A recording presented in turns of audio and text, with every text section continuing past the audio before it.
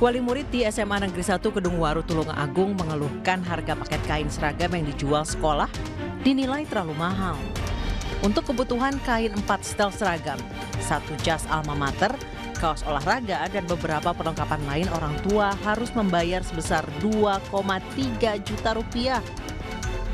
Jumlah tersebut belum termasuk ongkos menjahit karena seragam yang didapatkan masih dalam bentuk kain.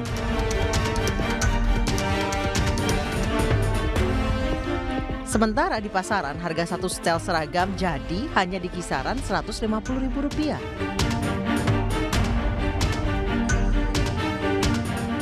Sementara di Bangkalan, Jawa Timur, para orang tua siswa dibuat pusing dengan tingginya biaya seragam baru yang berkisar Rp1,5 juta. Kondisi ini membuat para siswa yang orang tuanya kurang mampu harus rela memakai seragam bekas yang masih layak pakai, meski warnanya sudah kusam.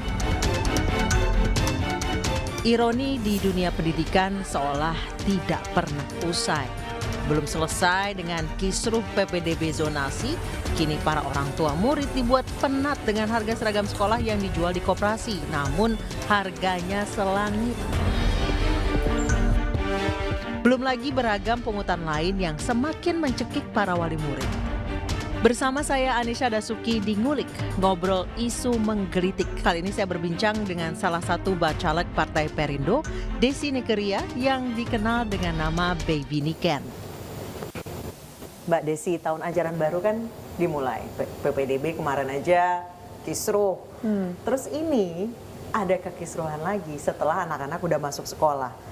Ada yang mahal seragamnya, ada keperluan sekolah yang mahal. Jadi banyak mereka yang masuk negeri, sekolahnya udah gratis, tapi ternyata ada iuran wajib, ada bayar seragam dan lain sebagainya. Tanggapan Mbak Desi seperti apa? Kalau menurut saya itu sangat tidak memberikan bantuan kepada masyarakat yang tidak mampu ya. Justru itu membuat mereka makin jadi beban.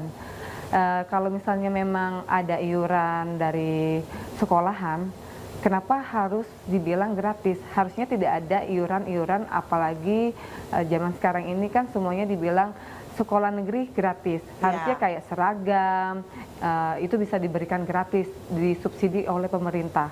Kan anggarannya pun juga ada kan dari pemerintah. Nah, di Jawa Timur ini orang tua bahkan harus bayar sampai 2,3 juta, Mbak.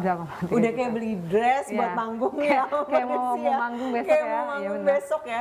Itu cuma isinya seragam buat 4 rok atau celana, terus dasi, topi dan lain sebagainya, itu sampai 2,3 juta. Ini menurut Mbak Desi ini emang harganya segitu apa gimana? Kayaknya mungkin yang bikin desainer kali ya. Ini harganya semahal itu. Setuju. Kalau menurut aku sih, kalau untuk baju sekolah itu harusnya harganya sangat murah ya. Karena kan bahan-bahan di Indonesia ini kan banyak pusat-pusat lokal di pasar yang menjual bahan-bahan murah. Jadi kalau memberi harga yang sampai 2 juta ke atas itu untuk anak-anak sekolahan itu sangat tidak wajar, dan itu mungkin ada salah sistem yang dibangun di sekolah itu tersebut.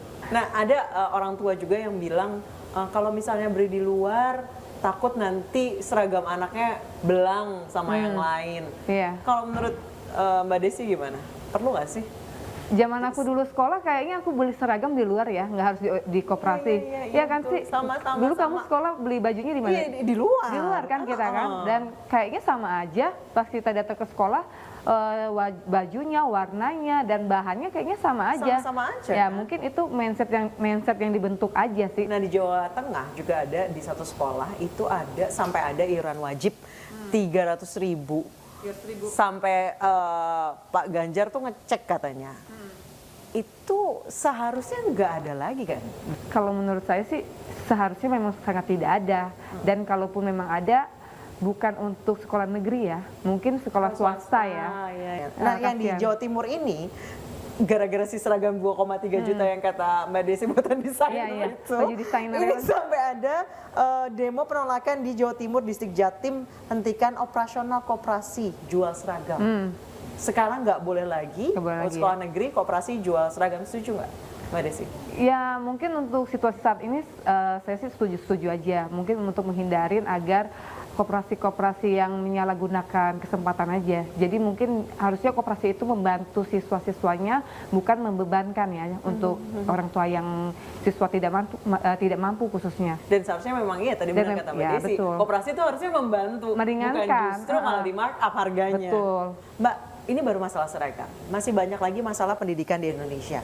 Salah satunya adalah masalah fasilitas pendidikan yang tidak merata, yang bikin PPDB kemarin itu jadi kisruh gitu. Yeah.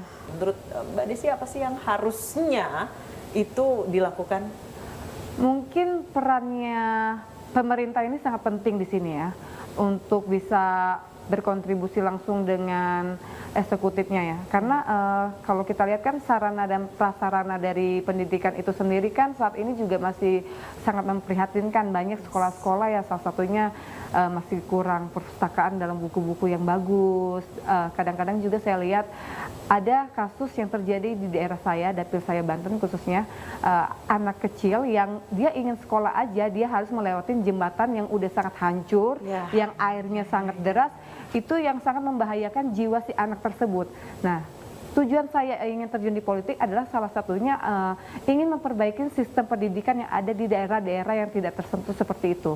Ya, salah satunya adalah memperbaiki sarana dan prasarananya, dan memperbaiki juga sistem yang ada di daerah tersebut. Ya, makanya saya ingin sekali pemerintah dan para eksekutifnya, saya sebagai legislatif nantinya mungkin dikasih kesempatan bisa berkontribusi untuk merubah sistem menjadi lebih baik. Nah, menurut Mbak Desi, dari sekian banyak masalah di pendidikan, dari mulai penerimaannya, kemudian setelah penerimaan yang katanya sekolah udah gratis masih ada pungutan lagi, fasilitas dan tidak meratanya fasilitas dan juga kualitas pendidikan di seluruh Indonesia, apa sih Mbak yang paling krusial?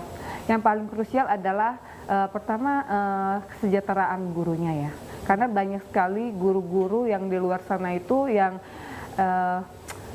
gajinya sendiri pun sangat minim di bawah rata-rata. Yang aku rasa kita harus sangat memperhatikan kesejahteraan gurunya dulu. Gimana guru ini akan mendidik anak dengan fokus dan memberikan yang terbaik, sedangkan kehidupan dia sendiri aja belum mendapatkan yang terbaik.